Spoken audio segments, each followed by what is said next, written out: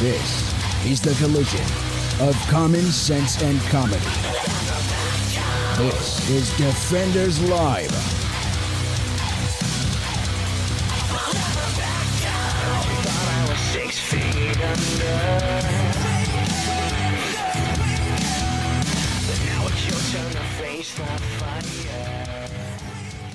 So I am a rather big guy, and I've done my fair share of flying, especially when I was in the military. Kind of flew a lot of different places, and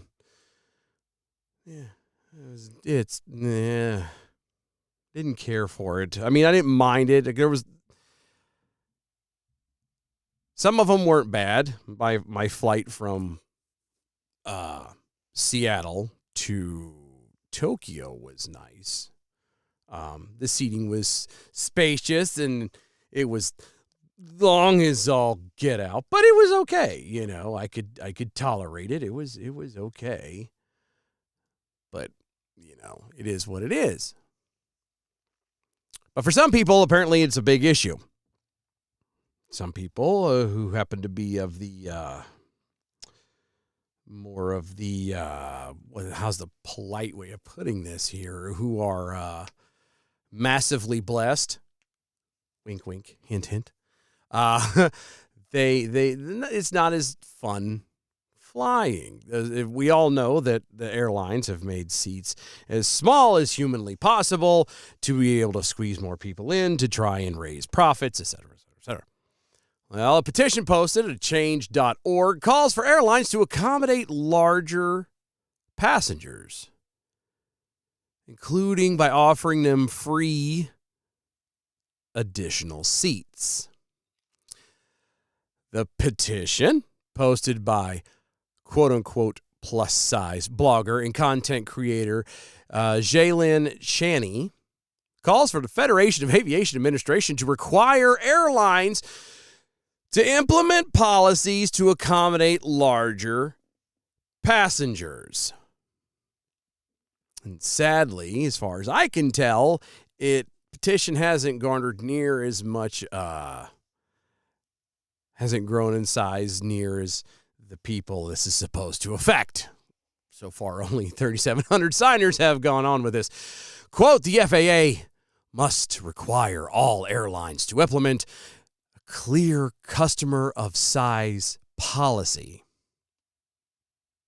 That's what they call it, a customer of size policy that prioritizes the comfort and well-being of all passengers. This policy should include clear guidelines for accommodating larger passengers, such as providing larger seats, seatbelt extenders, and alternative seating arrangements, end quote. That's according to the petition.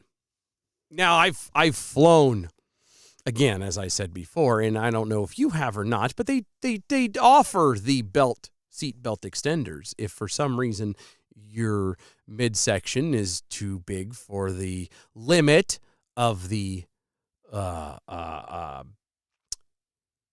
seat belt that is provided. They give you seat belt. All you have to do is ask. It's not that hard. I do find it funny they want to have extra seating from the angle of, like, you know, give us a bigger seat, or let us have two seats, as one of them was an option. You know, if I'm sitting here, give me the seat next to me for free. Well, a lot of planes, that little armrest doesn't move. It doesn't. It's stationary. It sits right there. So I don't know how you're going to get around that one. And also, the way the seats are designed, they kind of are divoted to cup one's rear end. If you take out both seats, you're going to have the split of the seat right in the split of you. I as a male, I'm not sure exactly what a pap smear feels like, but I could pretty much guess that would be the rectal equivalent. having two different seats that are curved out, literally shoved up your tail end, and just, I don't think it'd be comfortable. A list of various policy ways to accommodate larger flyers, such as free extra seating, as I was just talking about, and refunds for large passengers who opt to purchase an extra seat. Quote, provide accessible additional seats. All plus-size passengers should be able to be provided with an extra free seat or even 2 or 3 seats, depending on their size.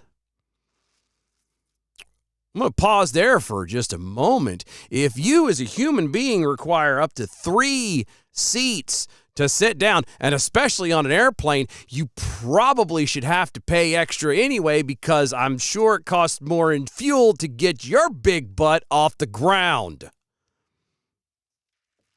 I think it's fair that you pay for the seat. Maybe I'm crazy. It is to accommodate their needs and ensure their comfort during the flight.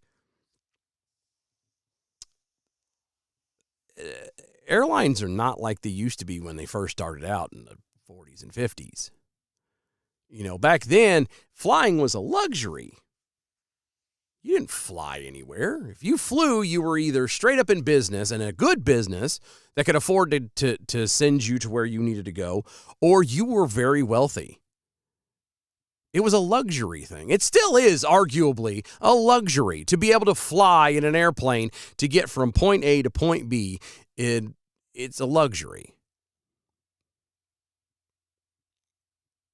So to sit here and try and force the FAA, to force these airlines to accommodate you,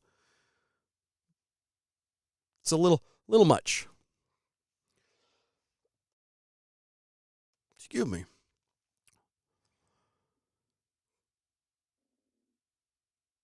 Quote, this should be a straightforward process that can be assessed online or through customer service, end quote. Because that's what you want to do. Airlines must create a set of policy standards and procedures for plus-size travelers and communicate them in a clear, accessible, and easy-to-understand way. This should include information on booking additional seating, requests for a refund, to what to expect during check-in, boardings, and flights, the petition declares. It also says there should be bigger restrooms available, calling for the FAA to require that new aircraft include a wheelchair-accessible lavatory. Quote, airlines should also create accommodations for larger passengers, such as large bathrooms, seatbelt extenders, and alternative seating arrangements. As petitioners, we are also calling for the FAA to mandate that all airlines have at least one wheelchair-accessible restroom, end quote. Cheney has addressed the question of cost in a message to Fox News Digital. Quote, excuse me, it is difficult to provide one-size-fits-all answer to the question of who will pay for the policies mentioned in the petition.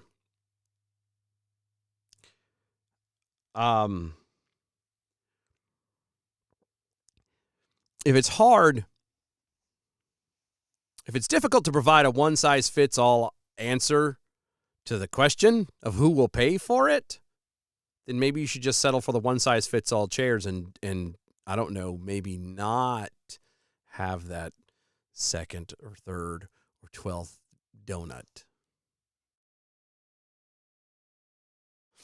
Call me crazy. And I understand that a lot of people on the larger end are not necessarily that way due to gluttony. I understand that. Sometimes there's a medical situation that you can't avoid, and I get that. But again, flying is a luxury. It's not a right.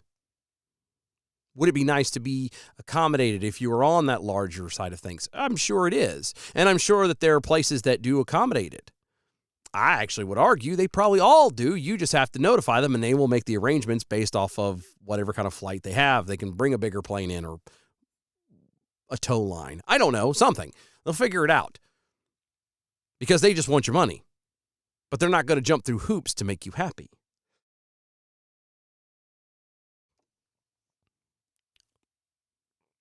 Quote, the airline industry has a responsibility to provide a safe, comfortable, and inclusive environment for all passengers, regardless of their size. No, that's not true, ma'am. I mean, you're right. If they're going to fly you, it would be nice for them to do it safely. It would always also be nice for it to be comfortable, but inclusive. I'm really getting tired of this inclusiveness. Everybody has to be included. It's funny that everybody wants to be included, but only because of a certain thing that they believe excludes them. Does that make sense?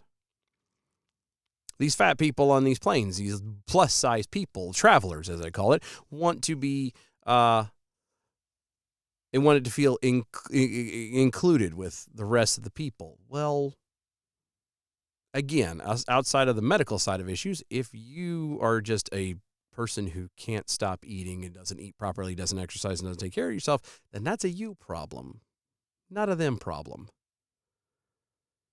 It's not the other passenger's responsibility. It's not the airline's responsibility to take care of you, to accommodate for you.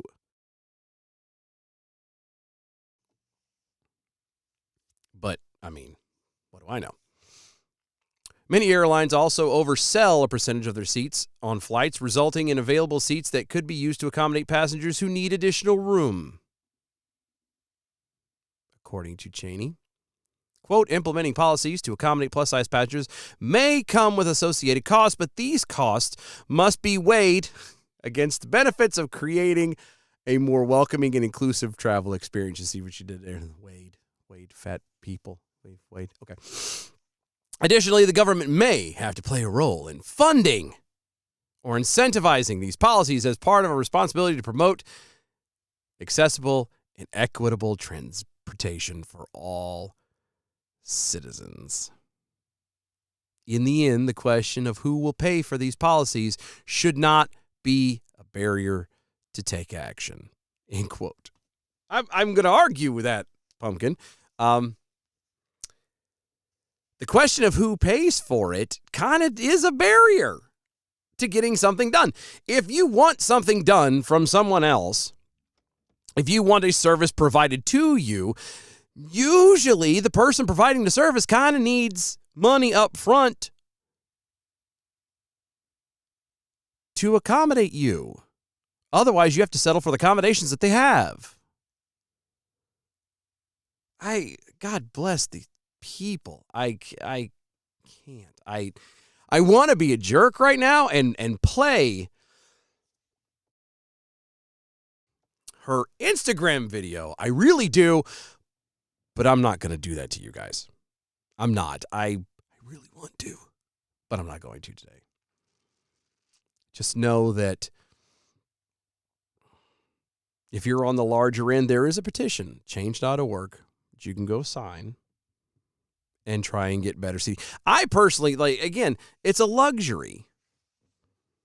It is much nicer to, don't get me wrong, it's much nicer to be able to leave the airport and be across the country in a matter of hours. It's a luxury. It's fantastic to be able to do, but it's not a requirement. It's not a right. And again, you kind of have to find a way to pay for it. And not for nothing, if something like this is actually able to be pulled off, which I don't think it will be, but let's, for funsies, say that it does get done. This petition hits what it needs to do. It becomes this giant thing, and now all of the airlines have to accommodate for these larger people. It's going to be even more expensive to fly than what it already is. I'm just saying. I mean, have you tried to book a flight lately? It's not cheap, and they will nickel and dime you out of them baggages. You get to have one baggage as a carry-on. You can have a second bag, but that's going to cost you an extra $100. You could check as much bags as you want to, but every third bag is going to be an extra $50 fee. It's like, it doesn't make sense to me. It really doesn't. It's a privilege. You should be able to get on a plane and fly if you can afford it. And you're asking, these people are offering to carry you to a location faster than you could drive. And they're doing the driving. We as a nation and as a people need to stop trying to expect businesses to constantly accommodate for us. Okay? You can't force the market. If suddenly, tomorrow morning, we wake up, 2/3 of the American populace suddenly become obese, morbidly so, then the market will automatically adjust if you would just shh and let it happen. But we don't want to. We're at a point now where everybody who feels that they're in some kind of a group has to sit there and make their voice be known. You have to yell about it. You have to make a stink about it. You have to, get out and protest and make a scene. Force something. When things do happen on their own, if you just kind of let it happen.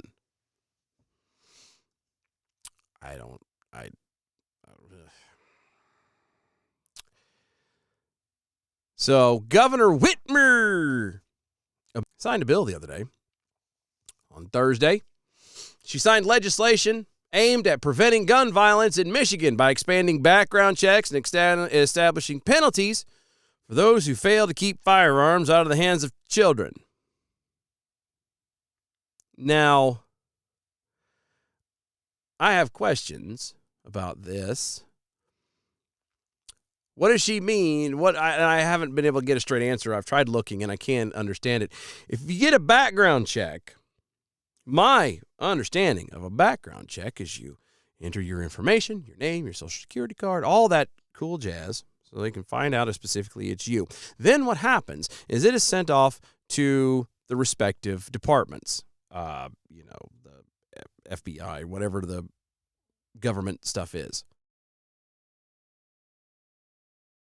And then what they do is they basically do a Google search. It's not a Google search. It's a little bit more in-depth, obviously, but for layman's terms and processes, it's a Google search. And they come up with, okay, how many times have you been arrested? If you were arrested, how many times has it been? What crimes were they? Et cetera, et cetera, et cetera. Okay? Basically looking up everything about what you've done from a criminal standpoint. How many tickets have you gotten? How many moving violations? Anything more severe than that? Whatever. And as long as you haven't committed a felony, what they'll do then is they'll kick it back and say, yay, he's approved, she's approved. Background check is clear. How do you expand that? I don't understand. How can you expand on that? How if you're looking for, in the sense of buying a gun, because you can't own a gun if you're a felon.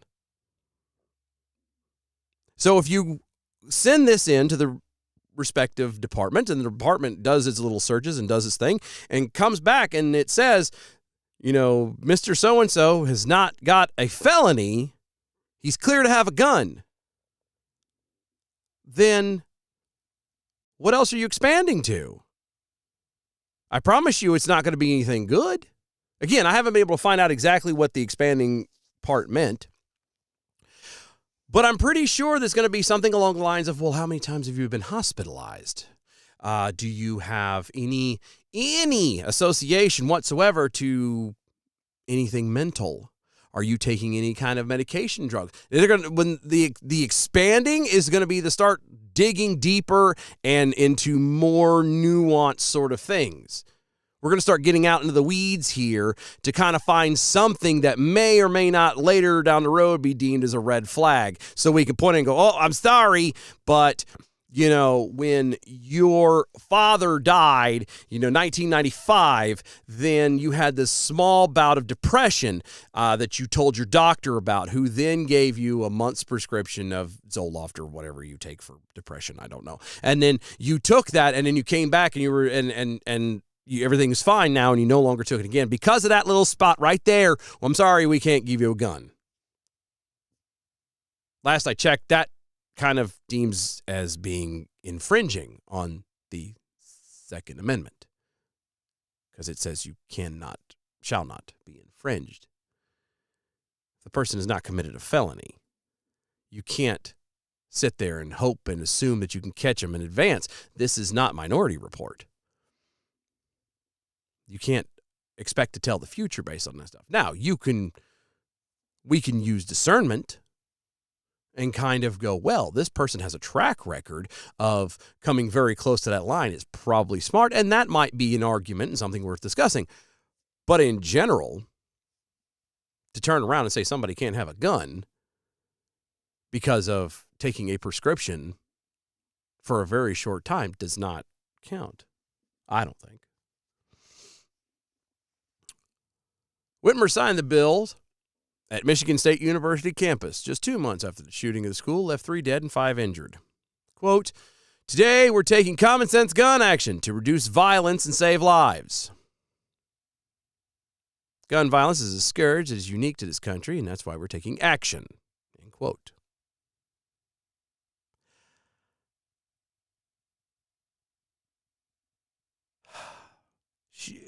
Just so I can remind you, Michigan State University had a shooting that killed 3 adults and injured 5 adults.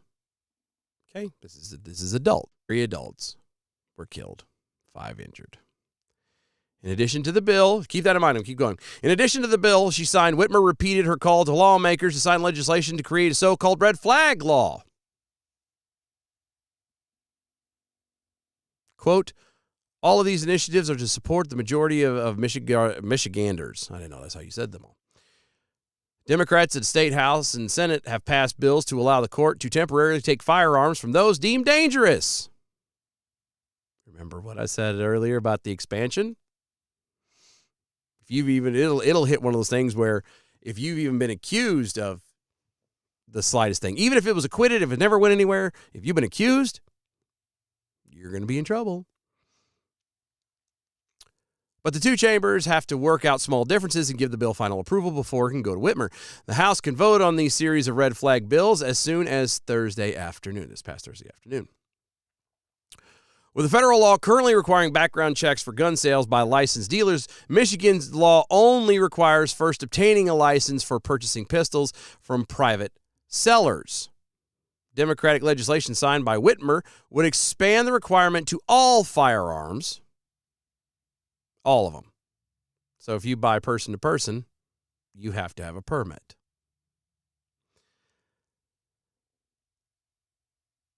She also signed the legislation requiring gun owners to store their firearms in a locked container or use a locking device if they have a child in the house or take their gun somewhere where a child could not gain access to it. Now, this is where, I want to keep you in mind of things. Remember, the whole point of all of this, the reason she's signing this stuff, the reason she has to do something is because of the shooting that happened at MSU that killed 3 adults and wounded 5 adults. Okay? Go through this again. If you own a gun in the state of Michigan, she's signing legislation that will require you to store your firearms in a locked container, use a locking device if you have a child in the house, or take your gun somewhere where a child can't gain access to it, which does you a lot of good if you can't gain access to it either. If a child injures themselves or someone else with an unlocked firearm, the gun owner will be guilty of a felony punishable up to 5 years imprisonment and or $5,000. If the minor kills themselves or someone else, the individual who failed to secure or lock their firearm will be guilty of a felony punishable up to 15 years or $10,000. Because it was a little kid that went on to MSU, right? Right? This is so stupid. Don't go anywhere. We got a whole lot more going on. We'll be right back.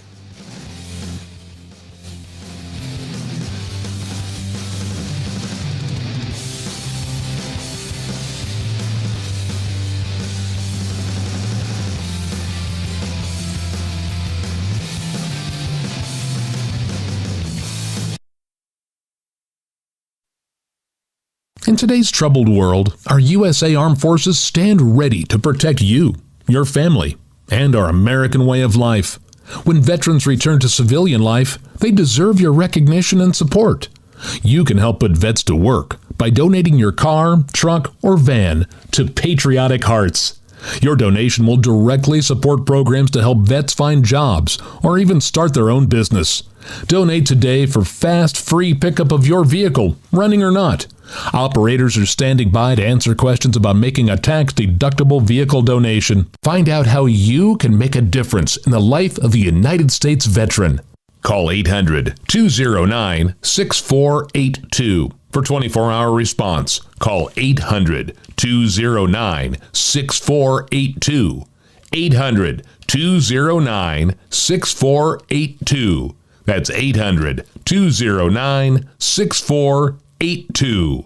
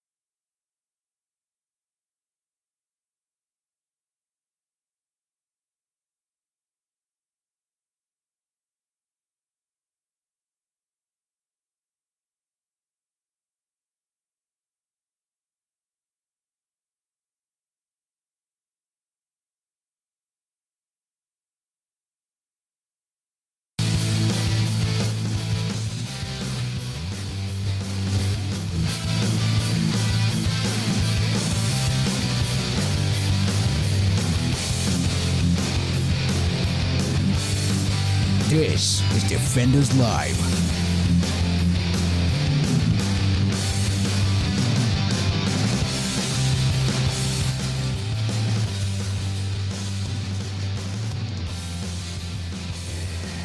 Yes, it is. Defenders Live.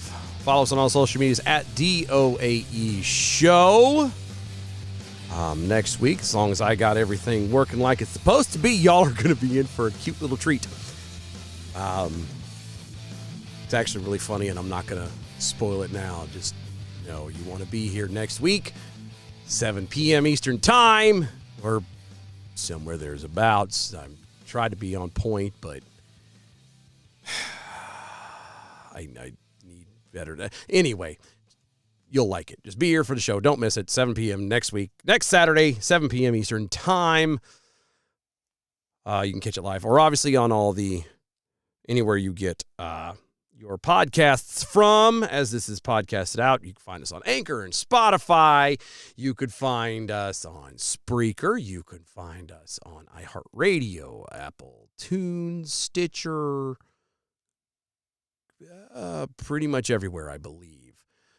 Make sure that you like, follow, and share, all that fun jazz. Tell your friends about it. Oh, lots of good things coming down the road. You will see. Just be patient. So talking about guns before the break, we could go into more of the stupidity of Governor Whitmer, but we're not going to. Because this is interesting little tidbit I found.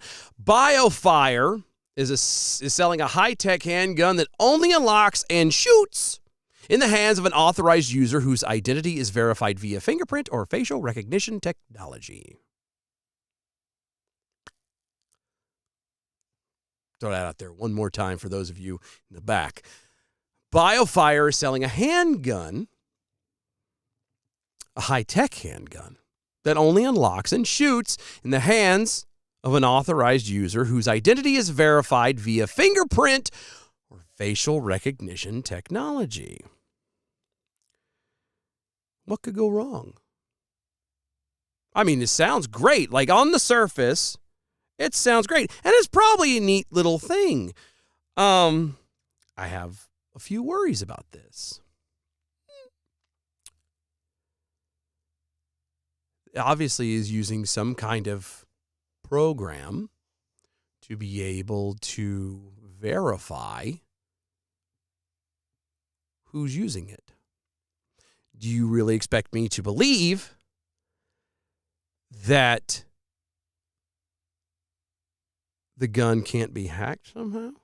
And I'm not talking about somebody being able to take it and use it. I'm talking about, let's say that you buy a gun and you happen to be in, Michigan. And you own said gun. And you may have an arsenal of others, but you have a said gun. And they decide you don't need to have a gun anymore. You think they won't be able to go in and smash some buttons and suddenly you don't have a gun? I don't know. This is the stuff that rolls around in my brain. The 9mm Biofire smart gun is powered by a rechargeable battery. That alone I can't. That the company claims will allow for several hours of continuous shooting or can power the gun, quote, for several months with average use. Define average use. I mean, I get the whole several hours continuously bit. I highly doubt you're going to be shooting for several hours continuously. I mean, even on a gun range, you're only going to be there in an hour or two tops. That's not several hours. But I don't know if I want a gun that I have to charge up. And then what happens if, God forbid, the cord isn't worked right or you didn't hook it up right and it doesn't fully charge and then you need it and, oh, crap, it doesn't work now. Battery's dead. Can you hold on, Mr. Intruder, sir? I need to charge my gun. Quote, Biofire's Guardian biometric engine integrates state-of-the-art capacitive fingerprint identification, 3D infrared facial recognition systems that independently verify a user's identity. Whichever recognizes the user first unlocks the firearm.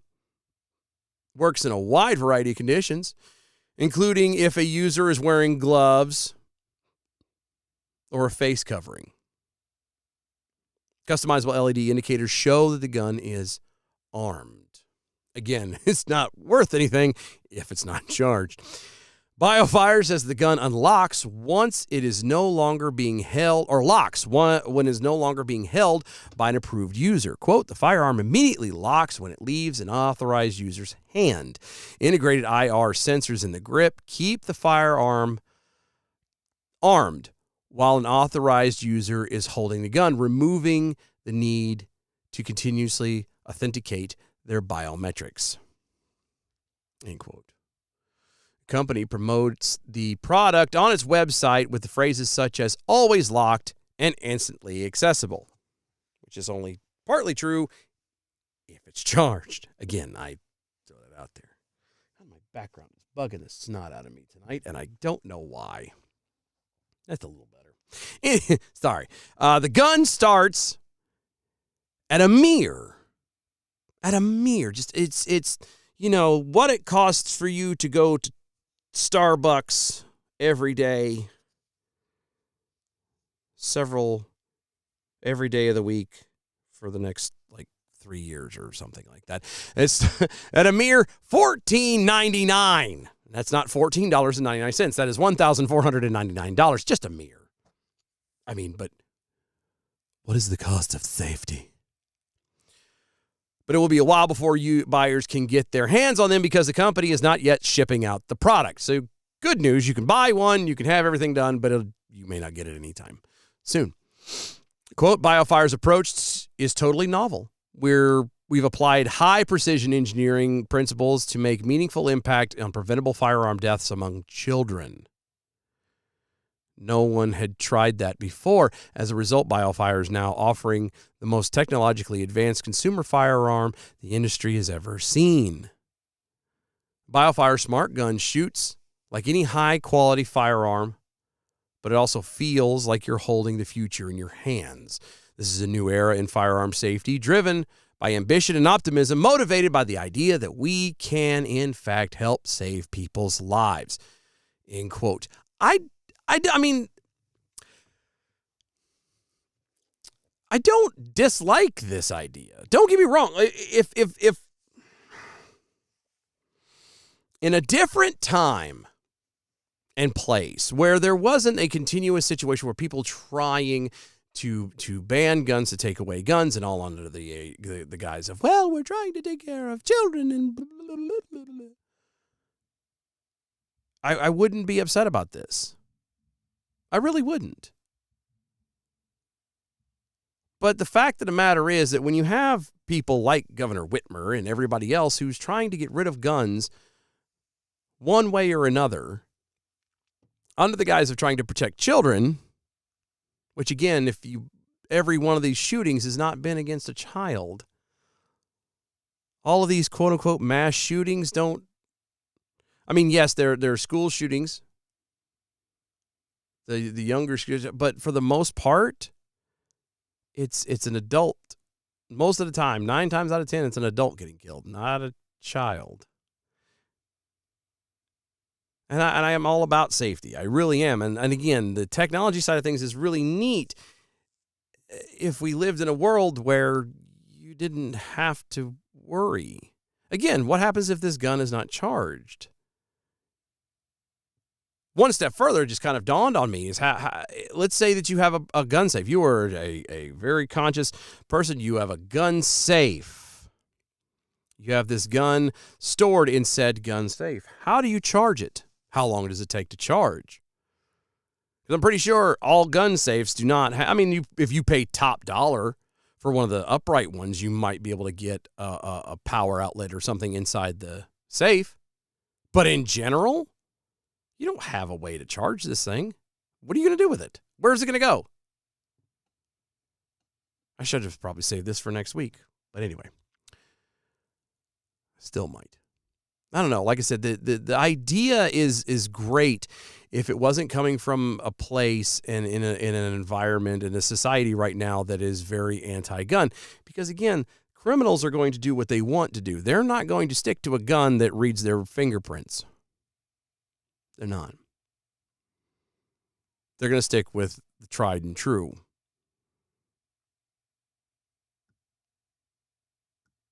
So there you go. There's that.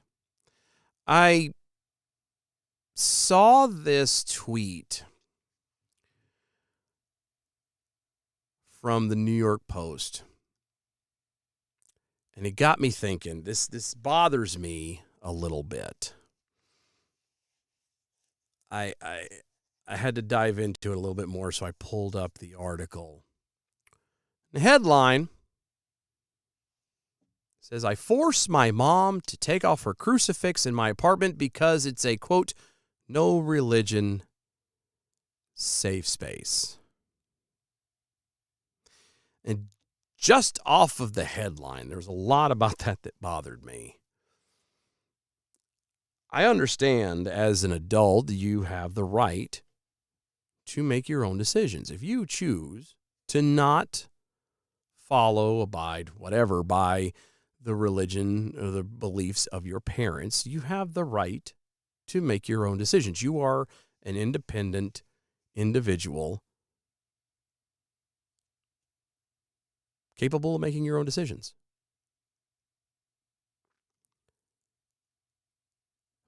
But this blatant vitriol against Christianity. It's Christianity, by the way. It's what it was. Because she said crucifix. I would almost bet,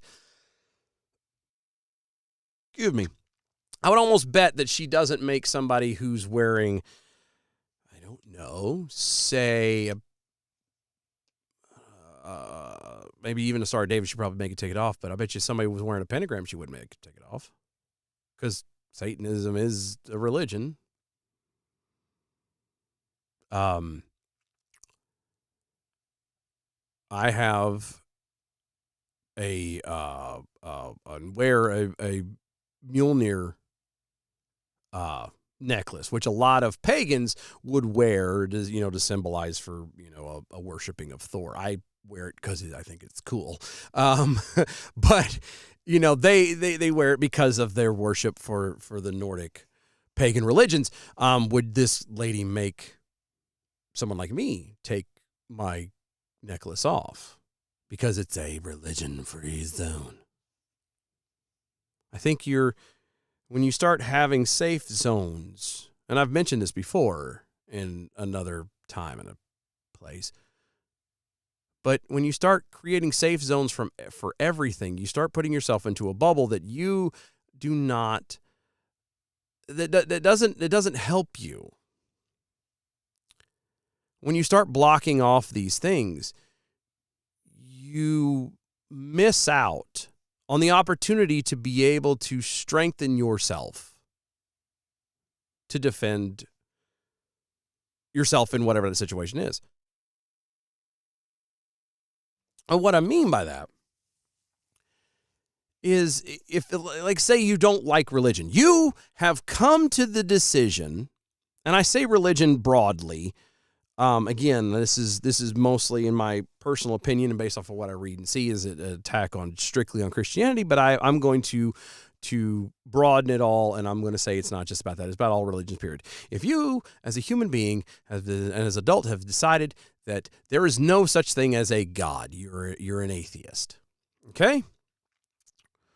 Which I would argue it's also a religion, but that's neither here or there.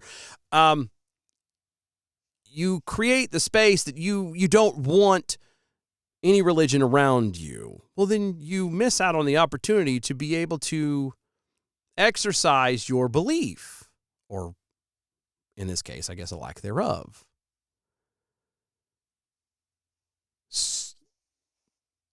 Which then makes you weaker.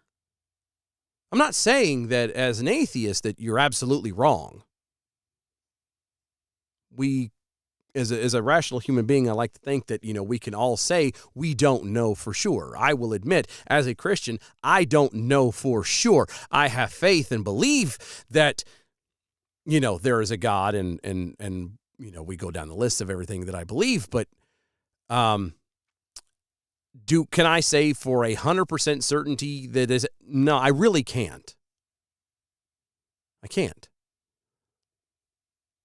But it's by being around folks who don't believe, or even folks or in Christianity or other religions, it's by being around that stuff that I'm able to strengthen myself in what I do believe. And by putting yourself in that bubble, you're kind of, you're not making yourself stronger. You're not protecting yourself. You're actually, like I said, you're making yourself weaker. You're putting yourself into a situation where you're not going to be able to defend your belief. And because, and I said so, doesn't exactly fly. But anyway, a woman on social media went viral recently for revealing the quote unquote no religion safe space she had created in her new home, with thousands of people sharing reactions and some 1,200 comments, resulting in fewer than 12 hours. She asked others if she was in the wrong for making our home into a non-religion space and including my mother in the rules, end quote.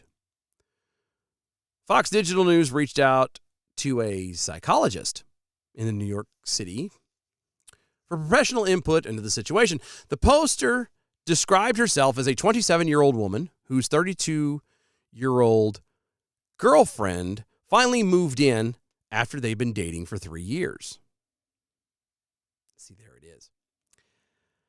She said the couple, quote, is very excited to make our apartment into our own space since for both of us, this is the first home we've had without sharing with someone else, as in having roommates. They're not just roommates, they are a couple. There have been some serious problems in her life, she revealed, with both her mother, who is still alive, and her late father. She described them as rabidly Catholic.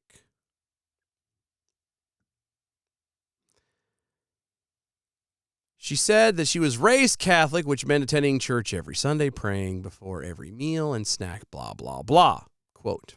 That was a quote, the blah, blah, blah. She said her mother was furious when she, the Reddit writer, refused to study for and accept the sacrament of confirmation. Okay. She also said her mother didn't approve of her bisexuality. A woman wrote that she finds that it weird, quote unquote, given that the mother is surprisingly okay with gay people. Well, honey, just so we're clear, it's always easier to deal with something when it's not closely tied to you. Out of sight, out of mind. What happens down the road to someone else it's not my concern. It's a really different thing when it's you're talking about from your mother's standpoint. Like she raised you. And we can, I don't know how rabid what you mean officially by rabid. I don't know, it's just a regular religious home or how crazy it could be. I could give stories on my side of things if I wanted to. But as a parent, you try to instill things into your children.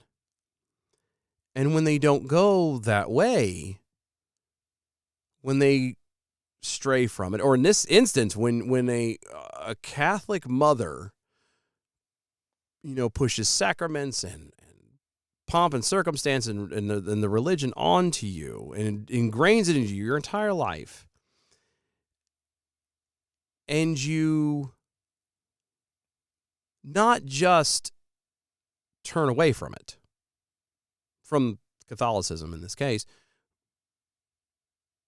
and say, nah, I'm good, I don't think that's for me, but engage in a lifestyle that is blatantly against it.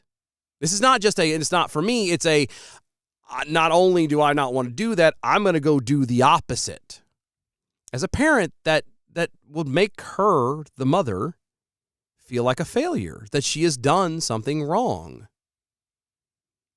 that she failed in parenting, she did something that wasn't right, and it's going to bug her. Now, obviously, her actions and anger and whatever she responds to should not affect it. She should deal with her own demons on her own side, but we all have our own problems. We don't always handle things properly. But it's always easy to say, yeah, sure, I'm cool with gay people until it is your own child. Anyway, continuing on the story, she still, quote unquote, dragged me, the woman on Reddit wrote, to church, hoping I would grow out of it. The woman went on, quote, long story short, I moved out at 18, and I have kept a respectfully distant relationship with her, end quote. She said her mother has mellowed a bit in her age, but she still tries to invite me to church every week, even after I told her plainly to cut that out. The woman added, quote, she's respectful to my girlfriend, mostly because I will choose her over my mother if it comes to that. And it nearly did, end quote.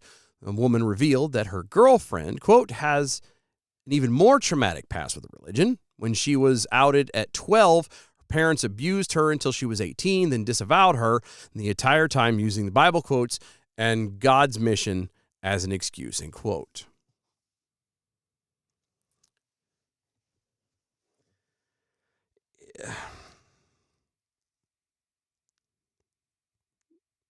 We have to be careful.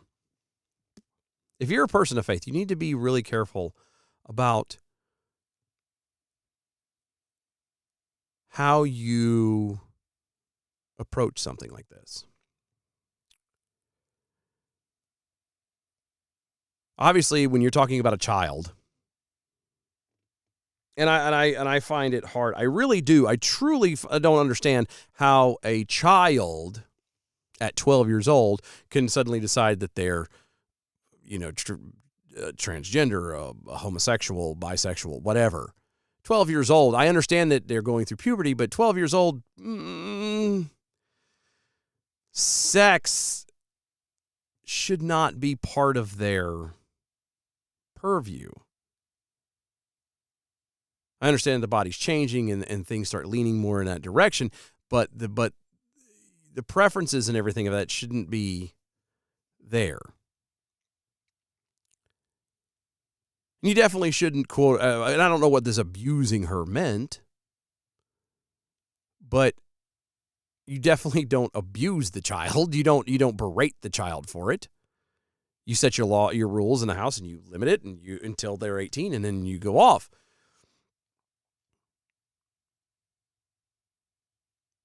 But you can't use God as a weapon. You can't use your faith as a weapon to turn around and force somebody to do anything. It doesn't work.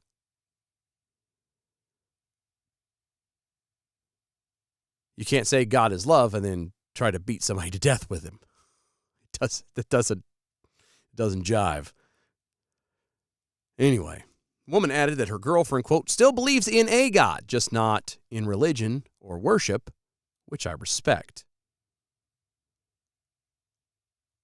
Which, I mean, shows that something stuck somewhere. It just, everybody has their demons and everybody has their past that they have to work through, and eventually this girl will work through it. Anyway, quote, so with our trauma about religion, we decided to make the place, their home, into a non-religion space, end quote.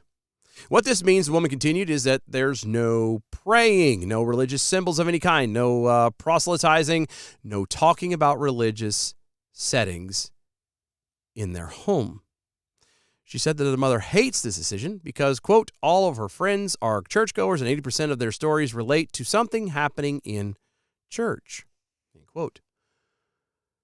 The woman wrote further, quote, she still gets mad that we make her take off or cover her cross necklace, as are the rules. She claims we are being hypocrites, to which I told her she's lucky to be in my life at all, end quote.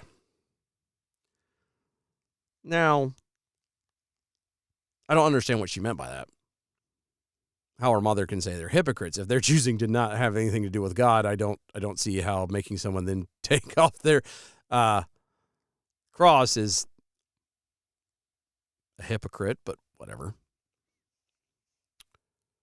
Even so, added the woman in her post, some of our friends told us we're taking it too far, and that the couple is using their trauma as an outlet for revenge. So she asked others, was she wrong for, quote, making our home a non-religious space, including my mother in the rules? New York City-based clinical psychologist Dr. James Albion, PhD, told Fox News Digital of the situation. Quote, home is your personal space and should be a safe space, and those you invite should respect your feelings, wishes, and how you live your life when they're under your roof, with limits, of course. She said as well, quote, I think it is reasonable for anyone to set boundaries in their home for what types of behaviors they want practiced and displayed.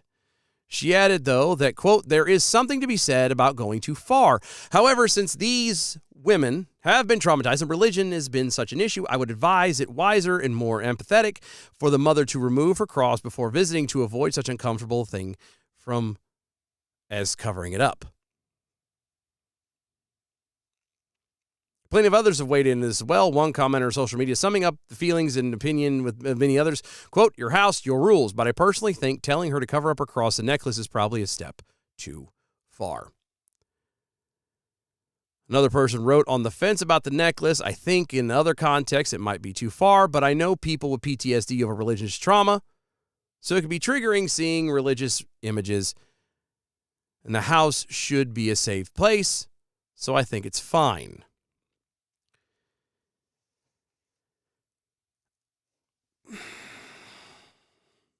Another person added, I am also a queer woman, and I think that people are entitled to their own beliefs as long as those beliefs aren't harming anyone. And both the original poster and the girlfriend have directly been harmed by their families' religious beliefs. I agree. It is your house. You do as you want. But I don't know. That's a kind of a tough one for me because I don't see the problem with it. If somebody wants to come into my house as a Muslim, then I should expect to be able to speak about Islam. You know what I mean? Again, when you start roping yourself off from certain things, you don't deal with the pain and situations happen to you. And therefore, you just forever live in a traumatic state, and that sucks. So I wouldn't do that if I were you, but that's me. What I would do, though, however, is follow us on all the social medias at DOAE Show. Make sure you use the hashtag ArmYourself so we can see what's going on and catch up with you and respond to tweets or what have you. Make sure you like, share, and comment on everything you see when it comes to the show. Share it around to your friends. Tell others about it. Make sure you're here next Saturday, 7 p.m.-ish, Eastern Time. Got a little treat, if God willing, and the creek don't rise, everything works out like it's supposed to. You're not going to want to miss it. I was going to do a catchphrase, but you know what? I'll just see y'all next week. Bye, y'all.